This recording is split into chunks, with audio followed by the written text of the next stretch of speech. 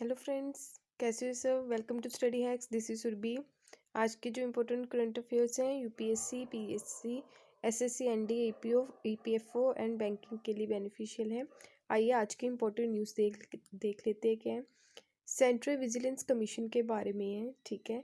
Recently क्या किया गया है, सेंट्रल विजिलेंस कमीशन ने मॉडिफाई किया है गाइडलाइन कि जो ट्रांसफ़र जो रहती है और पोस्टिंग रहती है ऑफिशियल्स की, विजिलेंस कमिश्नर्स की, उसको गवर्नमेंट ने ऑर्गेनाइजेशन रिस्ट्रिक्शन लगाई है उसके टेन्योर पे कि एक ही जगह वो 3 साल तक रह सकते हैं, एक वन प्लेस, ठीक है। तो ये जो थ्री प्रिंसिपल्स हैं, ये जैसे लोकपाल है, सीवीसी है, सेंट्रल ब्यूरो ऑफ इन्वेस्टिगेशन है, ये करप्शन को रोकने का काम करते हैं, निगरानी रखते हैं, ठीक है। ये 3 विंग्स हैं, उसी में से एक क्या है, सेंट्रल विजिलेंस कमीशन। इस टेन्योर को चेंज करने का मेन जो कारण रहा है, क्योंकि ये पोस्ट जो रहती है काफ़ी सेंसिटिव रहती है ऑफिशियल की, ठीक है। एक प्लेस पे इनका मतलब रहना काफ़ी समय तक दिक्कतों का सामना मतलब उनको करना पड़ सकता है, ठीक है। इसलिए जो रहती हैं एलिगेशंस कई बार देखने को मिलते हैं बेवजह इनके ऊपर, ताकि इंश्योर किया जाए कि ट्रांसपेरेंसी बनी रही, ऑब्जेक्टिविटी, यूनिफॉर्मिटी की अप्रोच रही, ठीक है। सीवीसी जो है, सेंट्रल विजिलेंस कमीशन जो है, वो अपेक्स विजिलेंस इंस्टीट्यूशन है। ये कंट्रोल करता है, जो एग्जीक्यूटिव अथॉरिटी मॉनिटरिंग करता है ऑल विजिलेंस एक्टिविटी जो रहती है सेंट्रल गवर्नमेंट में। सेटअप की गई थी ये गवर्नमेंट के द्वारा 1964 में। रिकमेंडेशन जो रही थी किस कमेटी की थी प्रिवेंट करने की करप्शन को, के संथाराम कमेटी। पार्लियामेंट ने इसको अनेक्ट किया, सेंट्रल विजिलेंस कमीशन एक्ट 2003 का, ठीक है। इसको स्टैट्यूटरी स्टेटस दिया गया सीवीसी को कि इंडिपेंडेंट बॉडी है, ओनली रिस्पॉन्सिबल है पार्लियामेंट को, और ये रिपोर्ट सबमिट करती है एनुअली प्रेसिडेंट ऑफ इंडिया को। सीवीसी से रिलेटेड मैंने ऑलरेडी एक वीडियो बनाई है, डिटेल में है, उसके फंक्शन क्या क्या है, प्लीज़ उसको एक बार देख लीजिएगा गाइस। जैसे हमने सीवीसी पढ़ा सीवीसी की हमने मतलब इनकी 3 विंग्स पढ़ी थी, सीवीसी, सीबीआई और लोकपाल, ठीक है। वैसे ही सीबीआई भी न्यूज़ में क्यों है, क्योंकि सुप्रीम कोर्ट के द्वारा गवर्नमेंट को फटकार लगाई गई है कि जो इंटरिम अपॉइंटमेंट्स रहती है सीबीआई को लेके, उसको मतलब आगे नहीं बढ़ने दिया जाएगा। इंटरिम मतलब रहता है टेम्परेरी बेसिस पे। गवर्नमेंट जो है वो फेल हुई है अपॉइंटमेंट को लेके, जो रेगुलर डायरेक्टर देखने को मिलते हैं, ये हाई पावर सिलेक्शन कमेटी के द्वारा इसको सिलेक्ट किया जाता है डायरेक्टर को। जो कमेटी के मेंबर्स रहते हैं वो है prime minister of India, chief justice of India, leader of opposition. Interim appointment जो है थ्रू एन एग्जीक्यूटिव ऑर्डर के थ्रू देखने को मिलती है, not in with statutory scheme 1946 act. इसका मतलब ये कहाँ से पावर लेती है CBI, Delhi special police establishment act 1946 से। सीबीआई जो है, सीबीआई को सेटअप किया गया 1963 में। रेजोल्यूशन लाया गया उस टाइम किसके द्वारा, मिनिस्ट्री ऑफ होम अफेयर्स के द्वारा। नाउ जो अब सीबीआई है वो किसके अंडर आती है, किसके एडमिनिस्ट्रेटिव कंट्रोल में है, department of personnel and training of the ministry of personnel public grievances and pensions. Recommend दी गई थी संथानम कमेटी के द्वारा करप्शन को कंट्रोल करने के लिए 1962 और 64 में। सीबीआई जो है वो स्टैट्यूटरी बॉडी नहीं है, ये अपनी पावर जो लेती है Delhi special police establishment act 1946 से लेती है। मेन इन्वेस्टिगेशन एजेंसी है ये सेंट्रल गवर्नमेंट की, ठीक है। कोई भी क्राइम जैसे होता है, कोई मर्डर हो गया, ठीक है, तो अगर लोकल पुलिस इस पे मतलब सही तरीके से वर्क ना कर पाए तो जितने भी ये केसेस रहते हैं सीबीआई को ट्रांसफ़र कर दिए जाते हैं, ठीक है। ये नोडल एजेंसी है, नोडल पुलिस एजेंसी है इंडिया की, जो कोऑर्डिनेट करती है इन्वेस्टिगेशन किस बिहाफ पे, इंटरपोल मेंबर कंट्रीज। इंटरपोल जो रहती है इंटरनेशनल क्रिमिनल पुलिस, ठीक है।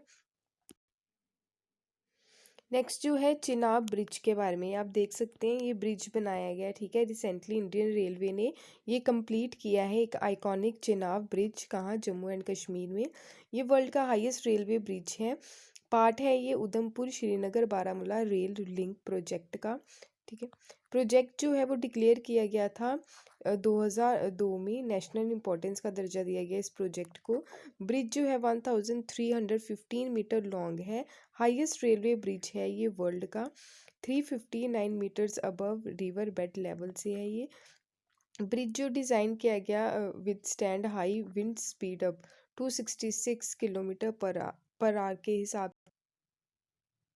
ब्रिज जो है डिज़ाइन किया गया किसके लिए, ब्लास्ट लोड, मतलब ये सारा से ज़्यादा लोड मतलब ले सकता है, कंसल्टेशन मतलब ये किया गया डीआरडीओ की हेल्प से first time in India. Bridge जो डिज़ाइन किया गया बियर अर्थक्वेक फोर्सेस, जैसे अर्थक्वेक आते हैं उसको मतलब सहन करने की क्षमता रखता है। ये हाईएस्ट इंटेंसिटी देखने को मिलती है जोन 5 इन इंडिया में। फर्स्ट टाइम जो है इंडियन रेलवे ने faced array ultrasonic testing machine इसमें यूज़ की है टेस्ट करने के लिए वेल्ड्स। चिनाब रिवर के बारे में अगर देखिए तो इसका सोर्स क्या है चिनाब रिवर का, अपर हिमालय से ये निकल के आती है in the Lahaul and Spiti district, Himachal Pradesh state से। जो रिवर है वो फॉर्म की गई कॉन्फ्लुएंस ऑफ टू रिवर्स, जैसे चंद्र एंड भागा रिवर का ये कॉन्फ्लुएंस है at Tandi 8 kilometre south west of Keylong in the Lahaul and Spiti district. Bhaga जो रिवर ओरिजिनेट होती है वो है सूर्यताल लेक से, जो सिचुएटेड है कुछ किलोमीटर दूर वेस्ट ऑफ बारालाचा ला पास, हिमाचल प्रदेश में। अगर चंद्र रिवर की बात करें जो ओरिजिनेट होती है ये ग्लेशियर से होती है, glacier of east of the same pass near Chandra Tal. ये फ्लो करती है through Jammu region, Jammu and Kashmir into plains जो रहेंगी जैसे Punjab Pakistan before flowing the Indus river. यहाँ पे आप देख सकते हैं सतलुज ब्यास, ठीक है, इंडस, ये इंडस है इसकी सहायक सारी नदियाँ। ये चिनाब आपको रिवर देखने को मिलती है, चिनाब के साथ रावी सतलुज, ठीक है, ये आपका मैप है, यहाँ से आप इसको देख सकते हैं। अगर चिनाब ब्रिज की बात करें, ये जो है वर्ल्ड हाईएस्ट रेलवे ब्रिज है, ये कनेक्ट करता है Kashmir valley to rest of the nation, 1315 meter long है, ये हाईएस्ट रेलवे ब्रिज है इन द वर्ल्ड। यहाँ पे इसके आप रिवर बेड से इसकी देख सकते हैं हाइट। अगर 35 मीटर हाइयर है ये एल्फर्ट टावर जो पेरिस में है। मोस्ट सोफेस्टिकेटेड टेल का सॉफ्टवेयर यूज्ड किया फॉर स्ट्रक्चरल डिटेलिंग के लिए। स्ट्रक्चरल स्टील सुटेबल है -10 degree Celsius to 40 degree Celsius temperature में भी डिज़ाइन किए गए। इसकी स्पीड जो है 100 kilometer per hour, design wind speed 266 kilometer per hour, blast resistance design in consultation with DRDO, design to bear earthquake forces of high intensity zone 5, phased array ultrasonic testing machine इसमें use की गई है, ठीक है। Next है world economic outlook. World economic outlook जो है वो आईएमएफ के द्वारा रिलीज़ किया जाता है, ठीक है। लेटेस्ट एडिशन आपको अभी देखने को मिला वर्ल्ड इकोनॉमिक आउटलुक का, ठीक है, फाइनेंशियल ईयर 2021 का। ग्रोथ फोरकास्ट की गई इंडिया की 12.5% फ्रॉम 11.5% एस्टिमेट लगाया गया इसका 2021 का। इंडियन इकोनॉमी जो है एक्सपेक्टेड ग्रोथ जो देखने को मिलेगी 2021 में 12.5%, 6.9% इन 2022। ग्रोथ रेट अगर इंडिया का 2021 का देखें काफ़ी स्ट्रॉन्गर है, कहाँ से, चाइना से। चाइना एक ओनली वर्ल्ड की ऐसी मेजर इकोनॉमी है जिसका पॉजिटिव ग्रोथ रेट देखने को मिला 2020 में 2.3%। इंटरनेशनल मॉनेटरी फंड की अगर बात करें तो आईएमएफ जो है वो सेटअप किया गया वर्ल्ड बैंक के साथ साथ after second world war. Second world war कब हुई, 1939 टू 1945, ठीक है। जो वर्ल्ड वॉर फर्स्ट हुई थी वो थी 1914 टू 18, ठीक है। टू ऑर्गेनाइजेशन जो है वो सेटअप की गई, conference of Bretton Woods in the USA and इसको बोला जाता है ब्रेटन वुड ट्विंस। क्रिएट किया गया इसको 1945 में। ये जो गवर्न की जाती है अकाउंटेबल जो है 189 कंट्रीज़ के द्वारा, ठीक है। इंडिया ने इसको ज्वाइन किया था 27 दिसंबर 1945 में। आईएमएफ जो है प्राइमरी पर्पस इसका ये है कि इंश्योर करने जो स्टेबिलिटी रहती है इंटरनेशनल मॉनेटरी सिस्टम की। जो अनदर रिपोर्ट्स हैं आईएमएफ की जो रिलीज़ की जाती है वो है